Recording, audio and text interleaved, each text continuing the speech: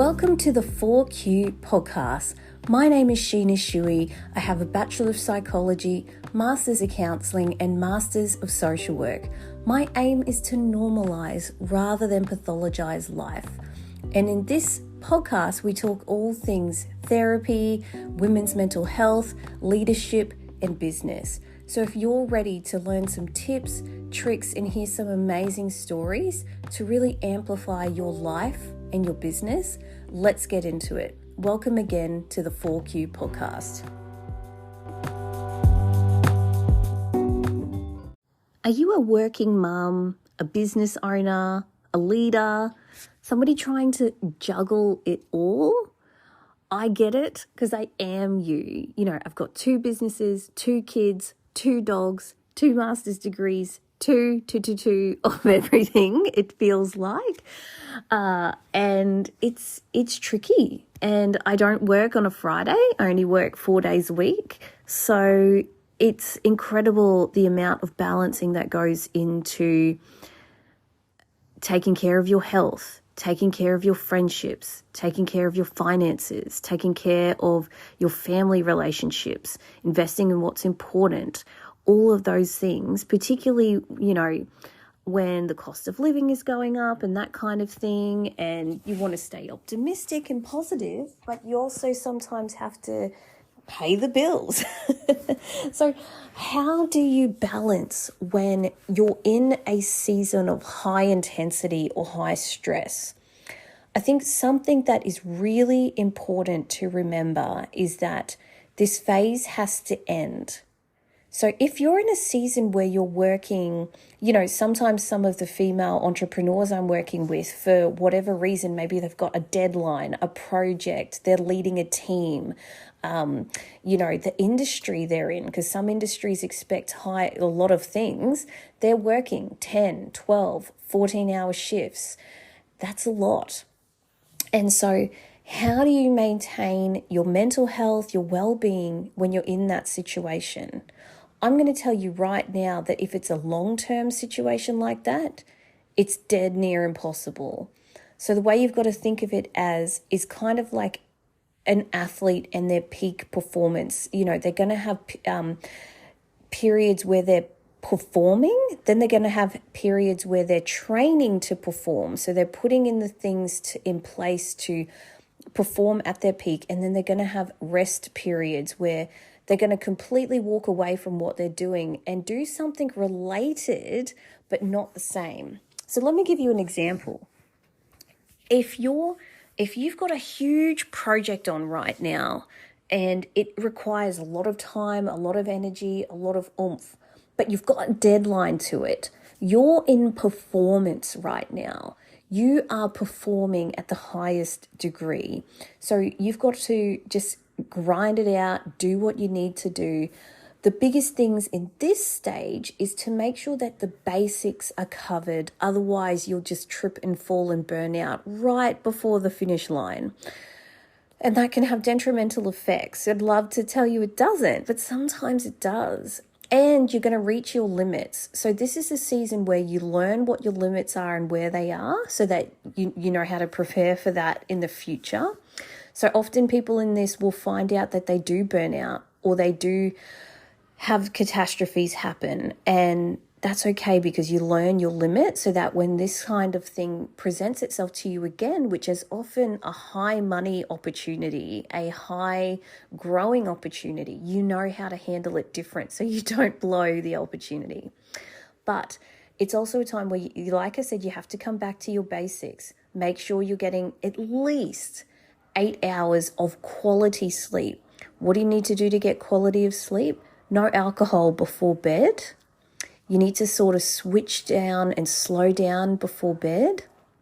You need to make sure that you're not too distracted in bed, not having too much caffeine in the second half of the day. Otherwise, your wake chemicals, there's going to be neurochemicals that release to wake you up. They're going to be inducing at that.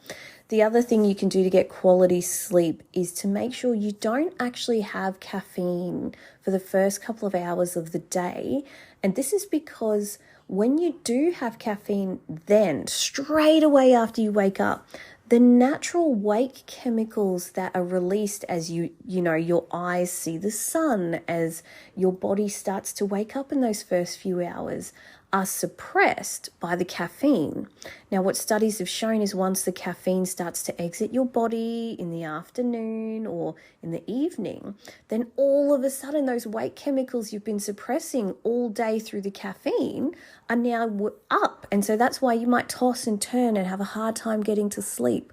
So quality sleep means not too much caffeine during the day, the second half of the day, but also in the first couple of hours. And I know you're probably saying, Sheena, I'm in a high performance time. Don't get me wrong. I'm not saying to cut it out, but what I'm saying is just try not to have it first thing in the morning, even if it's half an hour. If you can't go an hour, just try your best you can. So quality sleep. The other thing you need to do in this period is to also make sure you're staying hydrated. So our bodies and our brains are 70 to 80% water. So even if you're dehydrated just slightly, it really affects brain function and your ability to perform at peak. So making sure you drink water. We know these boring basics, and they do seem boring. They're not shiny, they're not glamorous, but when you're in peak performance mode, these are so important, and I can't tell you how many people skip over these. So staying hydrated.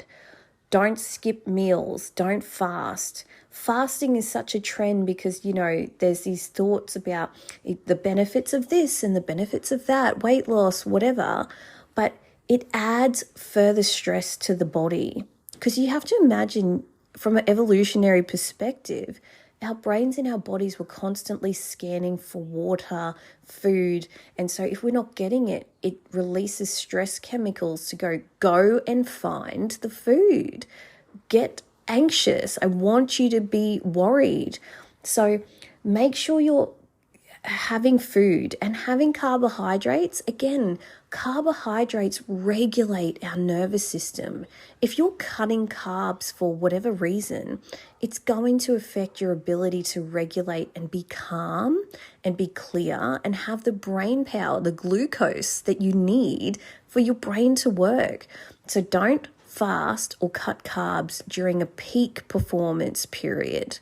Remember that, because it adds more stress.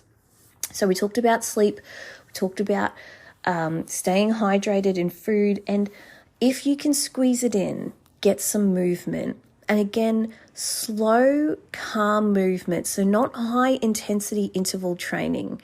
We're not talking 10-kilometer jogs and things like that. I'm talking walking, weightlifting, yoga, Pilates, slow but intentional movement, incredible for regulating your nervous system, stress chemicals, all of that. High intensity workouts and in long endurance cardio actually, again, releases a lot of cortisol, a lot of stress chemicals. So when you're in a high stress period, you cannot afford that. That's what's going to push you into the burnout phase. So making sure you bring that down. All right, so we talked about when you're in peak performance phase, you're performing, you're in it, but there's a deadline. Okay, then another phase is, I guess, the lead up to a project. It's the lead up to something is coming. So let's say you're applying for a project, applying for a tender, you're about to go into a big season. Making sure you've got certain things in place. Make sure you've got backup plans. What if I need a babysitter? What if this happens? Make some plans, but don't get anxious about it. So often you'll hear me say, what if thoughts are anxious?